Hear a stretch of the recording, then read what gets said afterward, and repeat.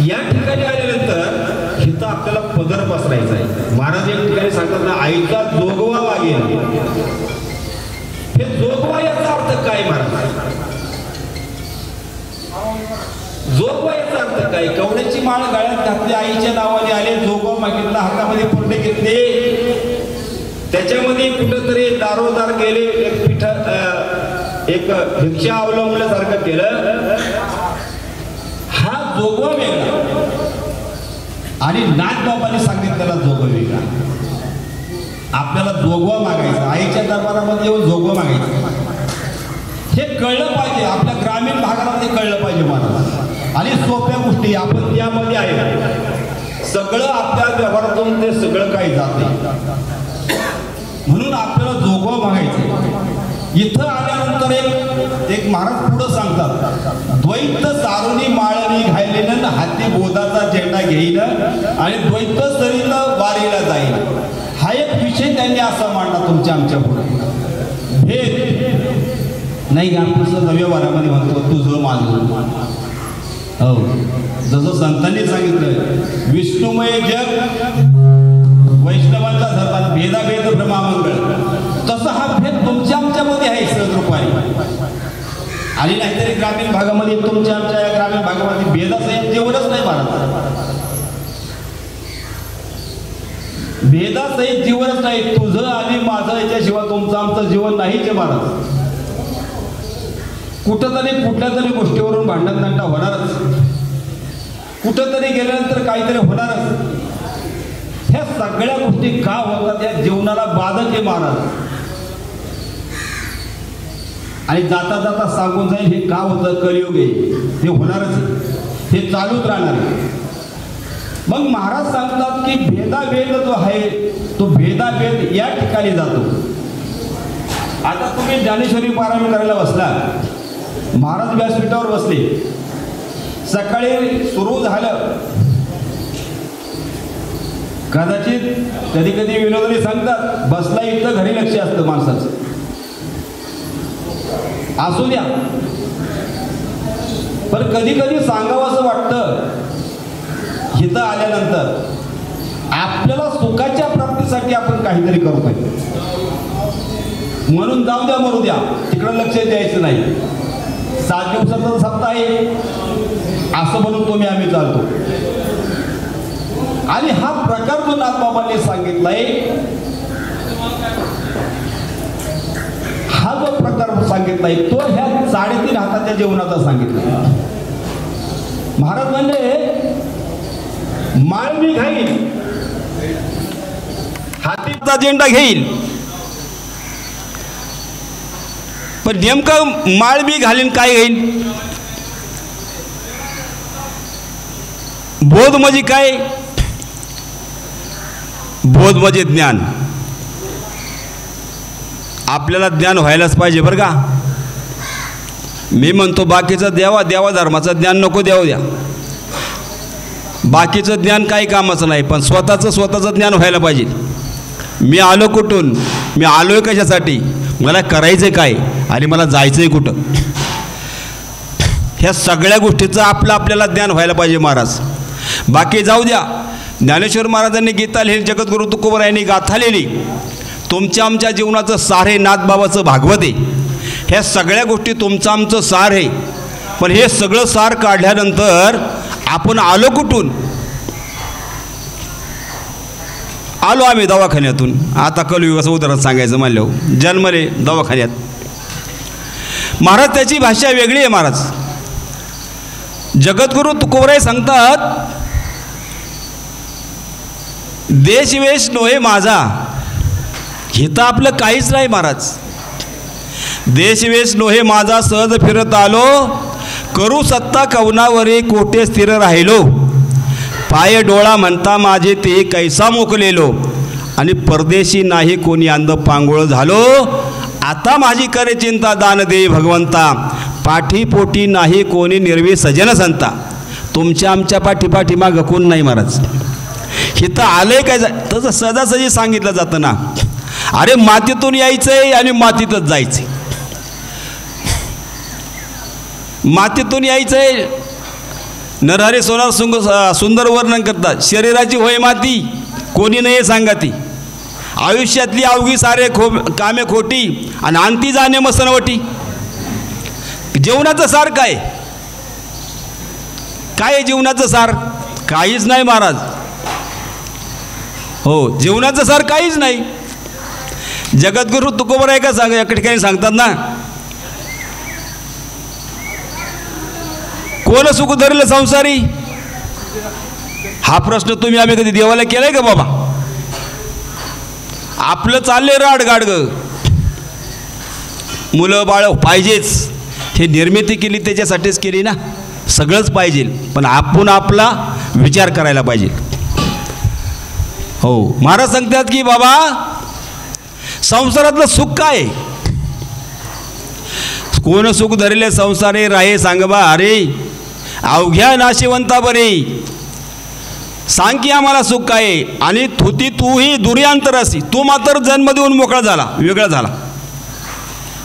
सगळं जन्म देऊन मोकळा झाला असला तर जी साधनं जी असतात, मोक्षाची जी साधनं असतात, ती तुम्हाला आम्हाला सांगितलेली संतांनी. आणि म्हणून ही या ठिकाणी महाराजांनी सुंदर वर्णन केले. मग काय की महाराज सांगतात, बाळपणे गेले नतात तरुण दशी विषय व्यथा, वृद्धपणे प्रवर्तली चिंता मरे मागुता जन्मधरी. इथं सांगितले आम्हाला जन्ममराचा फेरा चुकवायचा आहे. आणि या जन्ममराचा फेरा जर चुकवायचा असेल तर नाथबाबांनी सांगतात आईचा जोगवा मागेन. हो, महाराज सांगतात ते जोगवा मागायचा आहे. मग मागायचा कसा? आता तोच तुमचा कार्यक्रम चाललाय. हो, जोगवा मागायचा कसा?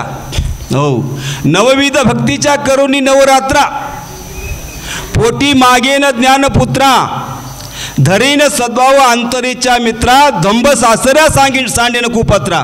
ज्ञान सांगितलंय.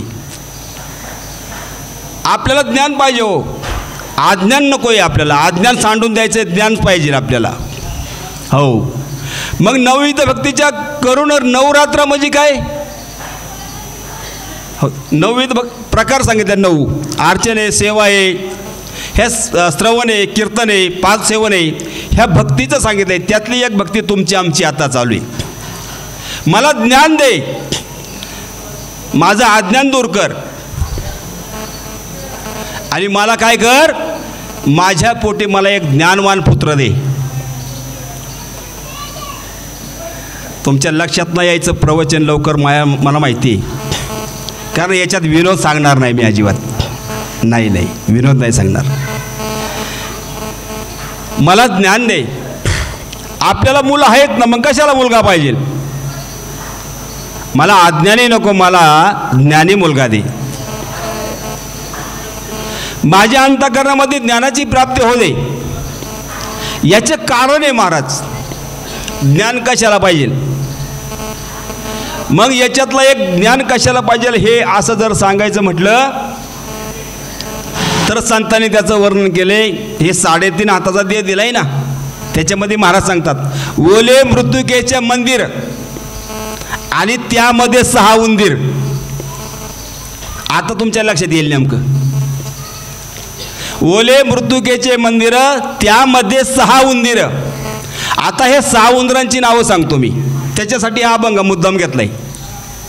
काम, क्रोध, लोभ, मद, मत्सर, अहंकार, हे आयत्या वेळात नागोबा येऊन बसलेले हे सगळे मंडळी. आणि म्हणून आपल्याला जोगवा मागायचा, म्हणून आपल्याला ज्ञान पाहिजे. म्हणून मला ज्ञान दे, मला ज्ञान दे, माझ्या पोटी ज्ञानवान पुत्र होऊ दे, मला ज्ञानदान पुत्र दे. आणि म्हणून मला जोगवा मागायचा आहे.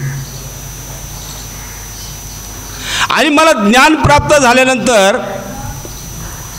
धरेन सद्भाव अंतरीच्या मित्रा, ही ज्ञानाची व्याख्या आहे. मग ज्ञान कशासाठी पाहिजे?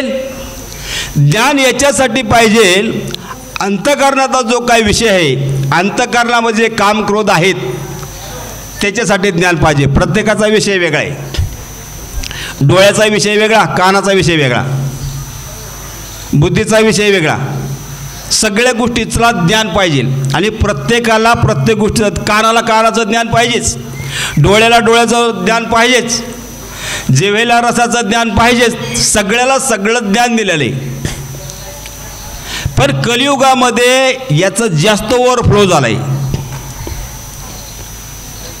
इथून मोर जगणं खूप अवघड आहे महाराज, खूप अवघड आहे जगणं. एक तर आयुष्याची मर्यादा कमी होत चालली. धर्म तर बुडालाच असं मला काही हरकत नाही. हो, नामदेव राजा महाराजांनी वर्णन केले, घाली ते गोंधळे की ठाई. आता असं चाललंय. आणि हे सगळ्या गोष्टी ज्या असतात त्याच्यासाठी ज्ञान पाहिजे. मग आमच्या तुकोबरायांनी स्वतःच्या इंद्रियांना विनंती करतात. स्वतःच्या इंद्रियाला जसं मन हे सगळ्या इंद्रियाचं अधिष्ठान आहे. मन, मी आता इथं बसलोय, पण मला आज कुठंतरी संध्याकाळी जायचंय, आत्तापासून विचार सुरू असतो. मन प्रधान आहे. पण जगद्गुरु तुकोबराय प्रत्येक इंद्रियाला वर्णन करून सांगतात की विनंती करतात. आणि सगळी इंद्रिय जोपर्यंत अज्ञान दूर करून जोपर्यंत ज्ञानाची प्राप्ती नाही होत तोपर्यंत इकडे येत नाही. महाराज सांगतात, डोळ्याला विनंती करतात, डोळे तुम्ही घ्या रे सुख, पहा विठोबाचे मुख, तुम्ही ऐका रे कान माझ्या विठोबाचे गुण, मनात येते धाव घेई राहा विठोबाचे पायी, तुका म्हणे जीवा नको सोडू एके सेवा. हे इंद्रियाचं वर्णन जगद्गुरु तुकोबराय करतात. याच ठिकाणी जोगवा त्याचा मागायचा आहे आपल्याला. आईसाहेबाजवळ पदर पसरायचा आहे. हे सगळं असं का सांगतात? पुन्हा जन्माला यायचं नाही, पुन्हा जन्माला यायचं नाही. मग पूर्णबोधाची परडी ज्ञान ते मला दे, ती हातामध्ये घेईल. हे असं महाराजांनी सांगितले. नवविधीची भक्तीच्या प्रकारामध्ये महाराज बोलतात, मला ज्ञान झाल्यानंतर मी 7 दिवसाचं पारायण केल्यानंतर मला ज्ञान दे. माऊली ज्ञानेश्वरी, माऊलीची ज्ञानेश्वरी खूप सुंदर आहे. कळायला अवघड आहे, समजायला अवघड आहे असं मी म्हणल, समजून घेतलं तर सोपं. पण महाराजांनी त्या ठिकाणी तेच सांगितलंय, 7 दिवस तुम्ही काय करताय? भक्ती करताय, ज्ञानाची प्राप्ती करताय.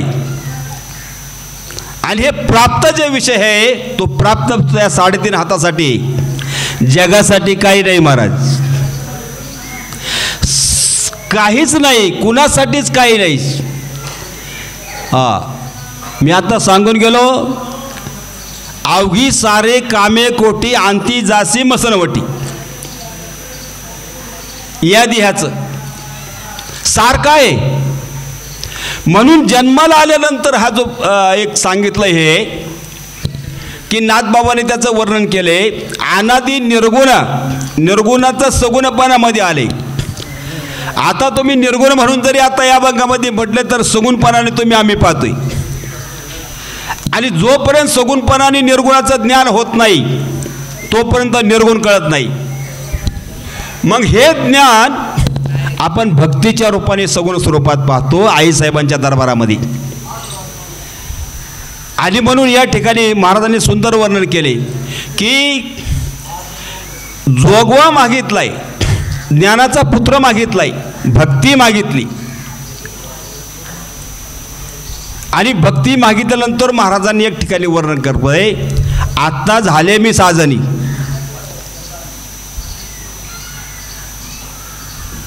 तेव्हा आता कुठंतरी मी शहाणी झाले.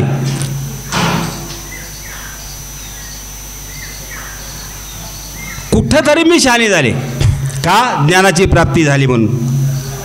आणि म्हणून महाराज सांगतात की या ठिकाणी आल्यानंतर, या ठिकाणी आल्यानंतर ज्याचं अधिष्ठान आहे ते कळलं पाहिजे. मी मगाशी बोलून गेलो,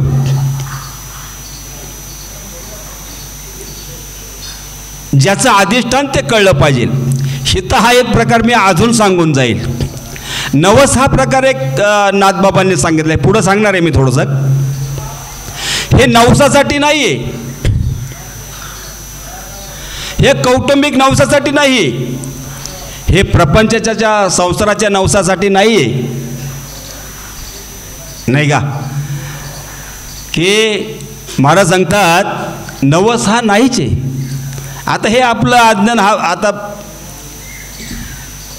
पहिल्यापासून तर तुम्ही आम्ही सगळंच करतो, देवाला जाऊन नवस करतो, आमकं करतो, आमकेने सांगायचं तसं कर बाबा, घरात सुख नाही म्हणून घरात भांडणं होतात, पोरं ऐकत नाही, आमकं ऐकत नाही, सगळ्या गोष्टी नाही. मग ते आपण एखादा बाबा शोधतो, तिकडं जातो, मग त्याने सांगावा तुमचं कुलदैवत काय आहे, तुमचं आमकं काय आहे, तुम्हाला काय आहे, तुमचे नातेवाईक कुठं आहे, तुमचं माहेर कुठं आहे, तिथं देव आहे का, तिथं कुठं कुलदैवत आहे का, या सगळ्या गोष्टी त्याने सांगायचं, आपण त्याला सांगायचं, आणि मग त्याने आपल्या माहेराचं उदाहरण द्यायचं, नाही तुम्ही गेलाच नव्हता तिकडं.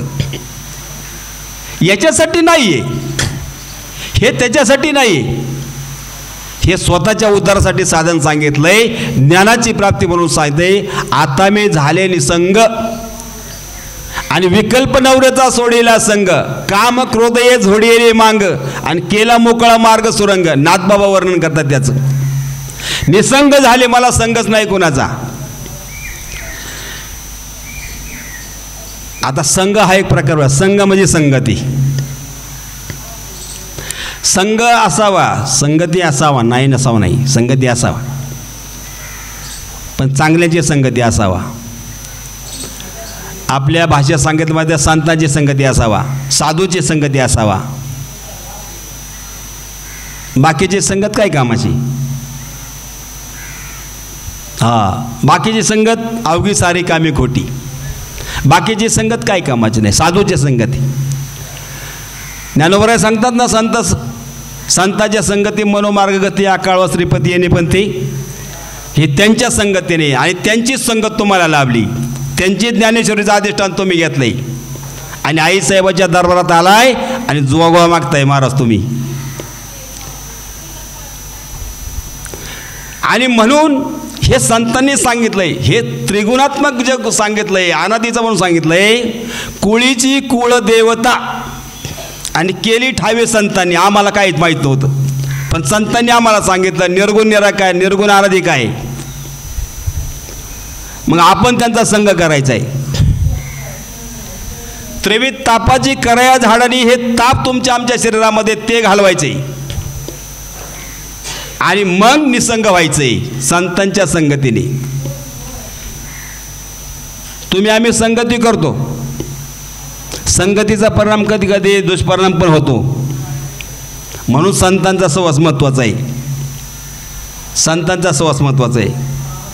संतांची संगत किती कशी असते आणि त्याच्यामध्ये एक ऊर्जा कशी असते ते आम्हाला चांगलं माहिती. आम्ही पंढरपूरची वारी करतो, मी आता 14 वर्ष परतीचा वारकरी, 14 वर्ष झाले विना माझ्याकडे परतीला पण असतो. महाराज एक उदाहरण देईन त्या संतांच्या संगतीचं, आणि या ठिकाणी गेल्यानंतर ऊर्जा कशी मिळते ते. महाराज ह्यावेळेस आम्ही परतीचा प्रवास करता असताना उरुळीचा मुक्काम कॅन्सल झाला. उरुळीचा इकडून जाताना काहीतरी गडबड झाली, ते कोणी येताना तो मुक्काम कॅन्सल केला, आणि संस्थांनी निर्णय घेतला ते कोणी येताना उरुळीचा मुक्काम कॅन्सल, थांबायचंच नाही.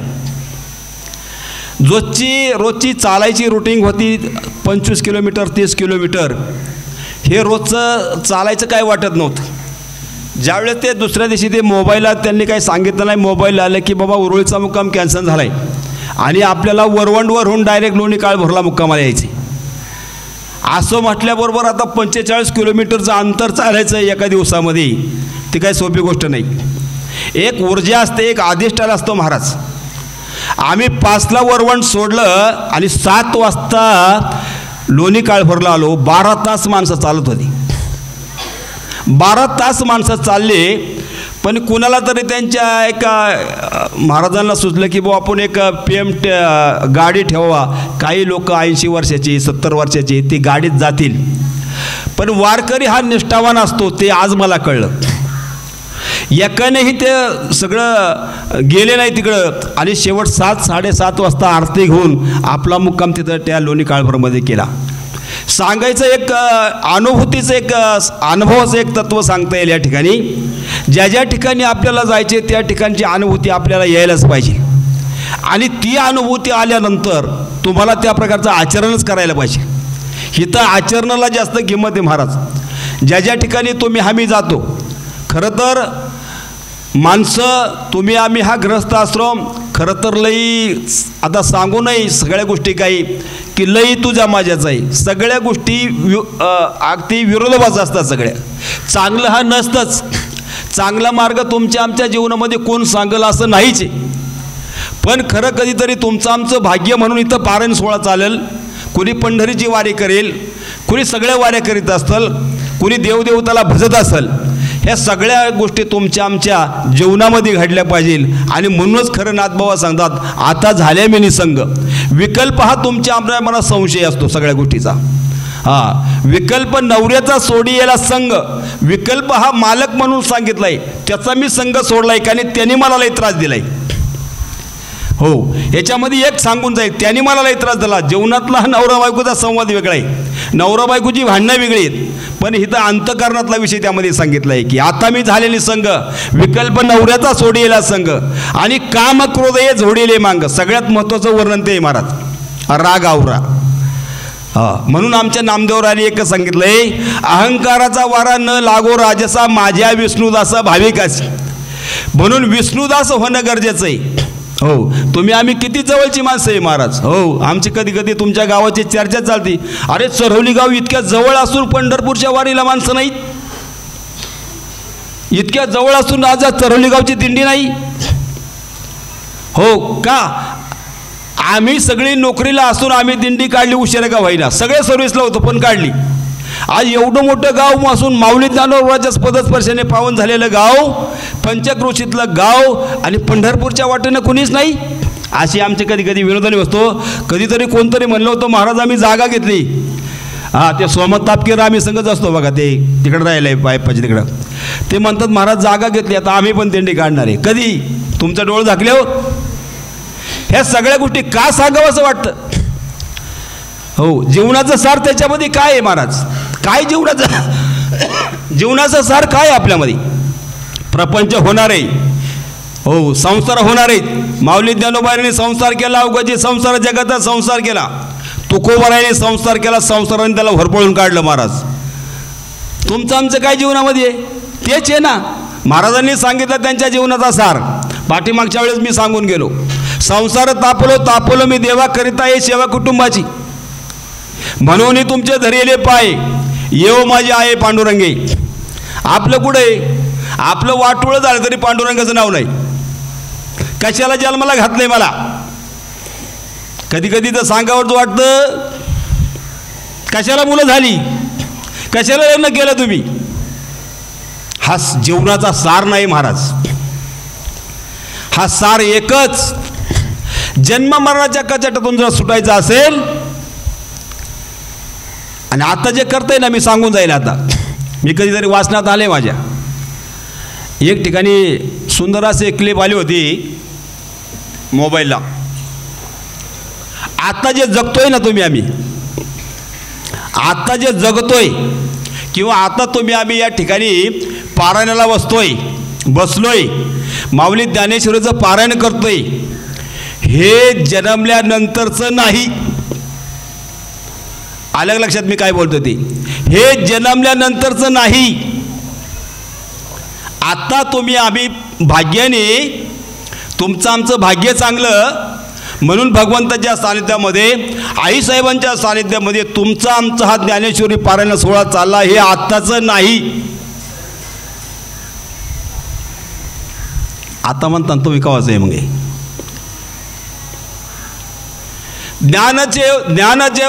ज्ञानदेव चित्ती हरिपाठ निमा आणि मागील या जन्मा मुक्त झालो. अरे माऊली ज्ञानोबाने सांगितलंय, पाठीमागे मी होतो, या ठिकाणी आलो आणि या मृत्यूलोकामध्ये मी मुक्त झालो. महाराज सांगून जाईल तुम्हाला, आपल्या पूर्वजन्माचं कर्म आहे महाराज, पूर्वजन्माचं कर्म आहे. आणि आता जे करतोय ना ते पुढल्या जन्माची तयारी. कोण म्हणतं जन्म नाही. हो, केले कर्म त्याची भोग आले, उपजले मेले किती एक, कोण म्हणतं जन्म नाही. झालं 70-80 वर्ष झाली, जगला, म्हातारा झालं शरीर. महाराजांनीच सांगितलं एक ठिकाणी ना, जोवरी चळ नका तोवरी म्हणती माझा, मानती लहान थोर दिय सुखाची काजा, इंद्रिय मावळली आला वागल आजा, कैचा विपरीत झाला तोची देह नव्हे तुझा. याचं काय 3.5 हाताचं म्हणून तर इथं यायचंय पदरपास राहिला. काय 3.5 हाताचं, 70-80 वर्षाचं वय झालं, थुंकू नासेल ये घर थुंकून या, याला कधी घराच्या बाहेर काढताय, द्यायची अवस्था आहे. आणि म्हणून या ठिकाणी तुमचं आमचं हे कर्तव्य कर्म चाललं, हे पुढच्या जन्माची तयारी. म्हणून जोगवा मागायचा आहे. झाले मी निसंग, विकल्प नवऱ्याचा सोडेला संग, काम क्रोध जोडेले मांग, नकोच ते. त्याचं उदाहरण जगद्गुरु तुकोबाराय सांगता येईल. मंबाजी बोनी काटेने मारलं, नाही राग आला. अरे महाराजांची गाढवा वरात काढली, नाही राग आला. गाढवावर बसवलं आणि जगद्गुरु तुकोबारायच्या वाड्या पुढं आलं. आईसाहेब आतून आल्या, महाराज अगं आवले, आपल्या लग्नात कुठं गोडं होतं आणि गाढवाच्या मागं चाललेले काय गाढव नाही का, हे का सांगावं असं वाटतं. एवढ्यापर्यंत आपण नाही जाऊ शकणार बुवा, नाही एवढ्यापर्यंत जाऊ शकणार नाही आपण. एकदा झालं, दोनदा झालं, तीनदा झालं, कवर ऐकून घ्यायचं याचं, आमच्यावरच अन्याय करतोय. अरे करू दे ना, त्याला वेळ लागते महाराज. हो, ज्या संतांनी जे कार्य केली, ज्या संतांनी ज्यांनी त्रास दिला, नामोनिशान राहिलं नाही महाराज सांगायला. हो, आता तेच आहे ना, आज तेच आहे कलियुगामध्ये. हो, एखाद्या चांगल्या माणसाला त्रास, एखाद्यावरती अन्याय, आणि अन्याय झाल्यानंतर जो काय त्या समोरच्या व्यक्तीची वाणी बाहेर पडते शापरूपाने, ती भोगावा लागते. हो, म्हणून काम क्रोध हे विकल्पाच्या संगतीने माझा गेला आणि माझा मोकळा मार्ग केला मी, सरळ रस्ता. म्हणून जगद्गुरु तुकोबाराय सांगतात, शब्द हा बहु साल उपकाराच्या राशी, म्हणून चालविली मागे येतील त्यासी. शब्द, संतांचे शब्द हा उपकार आहे महाराज. तरले तरी ते आणि काही विश्वास आहे, त्याच्यावरची तुम्ही आम्ही तरलोय. ज्ञानोबारायच्या पारायण चाललंय तुमचं, शब्द हे ज्ञानेश्वरीचं, गीता हे त्याच्यावर चाललंय, याच्यामध्ये कुठल्याही प्रकारचा बदल नाही. आणि म्हणून हा नाथबाबांनी याचं सुंदर वर्णन केले की आईचा जोगवा मागायचा आहे, पदर पसरायचा आहे. आता झाले मी निसंग, आता मला कुणाची गरज नाही, कुणाची गरज नाही. आता माझा मार्ग मी मोकळा केला आहे. मला काम नाही, क्रोध नाही, मोह नाही, काही नाही. अहंकाराच्या बाबतीत भरपूर सांगता येईल. देवाच्या काळामध्ये अहंकार होता, आता सुद्धा अहंकार आहेच की. धनाचा अहंकार आहेच, मदाचा अहंकार आहेच, सगळ्या गोष्टी अहंकारावरती चालतात. ज्ञानाचा अहंकार आहेच, कुणाला अहंकार नाही. भगवंतानी सगळ्या गोष्टीवर त्याला बंदोबस्त करून ठेवला आहे. म्हणून आज या ठिकाणी आलो, विकल्प गेला, संकल्प गेला, काम गेला, क्रोध गेला, ज्ञानाचा पुत्र मिळाला. हो, पोटी मागेन ज्ञानपुत्र, मुलगा मिळाला. हा, म्हणून मी निसंग झाले आणि मोकळा मार्ग केला. आणि म्हणून या ठिकाणी या पारणाच्या सोहळ्याच्या निमित्ताने ज्ञानाची प्राप्ती झाली. म्हणून महाराज सांगतात आईचा जोगवा मागेन. आणि म्हणून महाराज सांगतात आईचा जोगवा मागून ठेविला, महाद्वारी नवस फेडीला, एका जनार्दनी एकपणे देखीला, जन्म मरणाचा फेरा चुकविला. शेवटचा सहारनाथ बाबाने याच्यामध्ये सांगितलंय, हे सगळं मी घेतलं, पदरात घेतलं आणि तुझ्या दारामध्ये आलो. हो, हे सगळं घेतलं, बोधाचा झेंडा घेतला, द्वैताची माळ घातली, हो, अद्भुत रसाची दुरडी भरली, पूर्ण बोधाची परडी भरली, निसंग झाले. आणि निसंग झाले, हा सगळं मी घेतलं आणि तुझ्या दारामध्ये आले, आईचा जोगवा मागून ठेविला आणि महाद्वारी नवस फेडीला. आता मात्र मला परत येणे नाही जन्म, जन्म मरणाचा फेरा हे तुमचं आमचं साऱ्या जीवनाचं आहे महाराज. मग आता तसं नाही, जीवनाचं सारच नाही महाराज. हो, जीवनाचं सारच नाही. गेले दिवस 50 वर्षाचे 100 वर्षाची का, 50 वर्षाच्या काळामध्ये गेले दिवस. हो, आजीला आजोबाला वाटायचं मला नातू पाहिजे, लेकाला नातू पाहिजे, नात पाहिजे, सगळं पाहिजे, सगळं पाहिजे. ते दिवस गेले, विसरा आता सगळं. आता मायबाप होणं दुर्मिळ झालं आहे सगळं. कधी कधी आपण बोलतो सांभाळत नाही, हा विषय वेगळा आहे. आपल्या इकडं प्रॉपर्टी आमकं डमकं या सगळ्या गोष्टींनी आपलं जीवन उद्ध्वस्त व्हायला लागलं. ते फार खरं तर ह्या गोष्टी नाही सांगायला पाहिजे, पण त्याला काय सगळं कळतंय सगळ्या गोष्टी. महाराज आपण म्हणतो कधी कधी जीवनाचं सार आपल्याकडं भरपूर आहे म्हणून जीवनाचं सार आपल्याला कळत नाही. कधी कधी सांगावं असं वाटतं. खाल्ल्यातली विदर्भ मराठवाड्यामध्ये मंडळी आली इथं भगवंताच्या सानिध्यात माऊलीच्या कुशीमध्ये राहिली आणि संसार सुखाचा केला, आपला का होईना. हो, कधी कधी सांगावं असं आपला का होईना, पण माणसात फरक आहे ना, फरक आहे महाराज. कारण का की तिकडून येणारी मंडळी भाविक ज्ञानी आणि हे सगळं असताना हे सगळं त्या माऊलीच्या कुशीमध्ये येतात. आपल्याकडे काही नाही, पण काही का होईना आपल्याला कळलं, आपल्याला कळालं किंवा कुठंतरी थांबलं पाहिजे. आज या ठिकाणी मला मग सांगितलं बरीच महिला मंडळी आमच्या पारायणाला बसल्यात. खरं तर तुम्ही खूप भाग्यवान आहे महाराज, तुम्ही खूप भाग्यवान आहे, पण तुमचं भाग्य तुम्हाला कळलं का नाही हे मला माहीत नाही. साधूला प्रसन्न करावा तुम्हीच, देवाला प्रसन्न करावा तुम्हीच, आणि सगळं हे कर्तव्य कर्म करत असताना प्रसन्न करावा तुम्हीच. त्याचं एक उदाहरण सांगून जाईल मी. महाभारतातलं एक उदाहरण आहे की 5 पांडवांनी अश्वमेघ यज्ञ केला आणि त्या यज्ञामध्ये एक ब्रह्मवेत्ता जेवायला पाहिजे अशी अट होती. मग आता हा ब्रह्मवेत्ता जेवायला पाहिजे अशी अट होती, म्हणता ब्रह्मवेत्ता शोधायचा कुठं. मग एक ठिकाणी एक ब्रह्मवेत्ता होता, पण त्याची एक अट पाहिजे की 100 यज्ञ करणारा जो आहे, 100 यज्ञ करणारा जो जे आहेत त्यांनी माझ्याकडे यावं आणि मी भोजनाला येईल. 99 यज्ञ पांडवांचं पूर्ण झालं होतं, एकच यज्ञ राहिला होता आणि एक साधू त्या ठिकाणी जेवायला पाहिजे होतं. सगळी मंडळी गेली, 5 पांडव गेले, पण यज्ञाची काही पूर्णावती झाली नाही. आणि मग द्रौपदी गेल्या.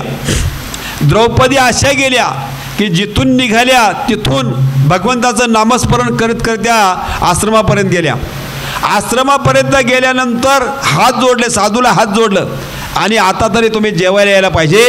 आणि मग त्यांनी सांगितलं की 100 यज्ञ, की यज्ञ पाऊला पाऊली राम म्हणता वाटत चाली.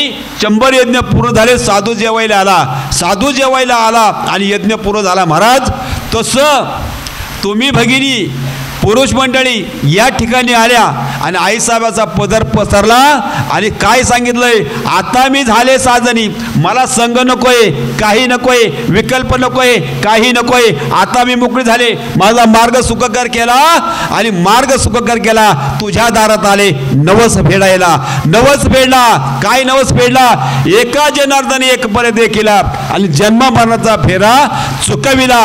आणि हाच नवस माऊलीच्या ज्ञानेश्वरीद्वारे तुम्हाला या ठिकाणी करायचा आहे.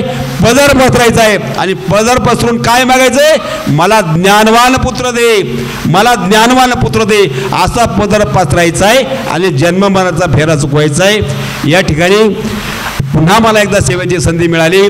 तुम्हा मायबापाचं दर्शन, माझ्या सद्गुरू समर्थ हंबीर बाबाची कृपा आणि पुन्हा पुन्हा तुम्हाला ज्ञानाची प्राप्ती हो. आईसाहेबांनी तुम्हाला सुख देऊ, सुख देणारच आहे, नाहीतरी काय सुख देणारच. जे कर्म करते ते देवासाठी करतोय आपण, दुसऱ्यासाठी करत नाही, स्वार्थासाठी काही करत नाही. म्हणून ते सुख तुमच्या जीवनामध्ये प्राप्त हो, संसारामध्ये सुखाची प्राप्ती हो, या देहाच्या संस्कार सुखाचा हो. एवढीच या ठिकाणी विनंती. झालेली सेवा बोलिलेले कुरे वेळी वाकुडे उत्तर या उक्तीप्रमाणे समर्पित करतो आणि सेवेला पूर्णविराम. पुंडलिका वरधारी विठ्ठल श्री ज्ञानदेव पंढरीनाथ भगवान की, माऊली ज्ञानेश्वर महाराज, जगद्गुरु तुकाराम महाराज, हिरा माता की जय.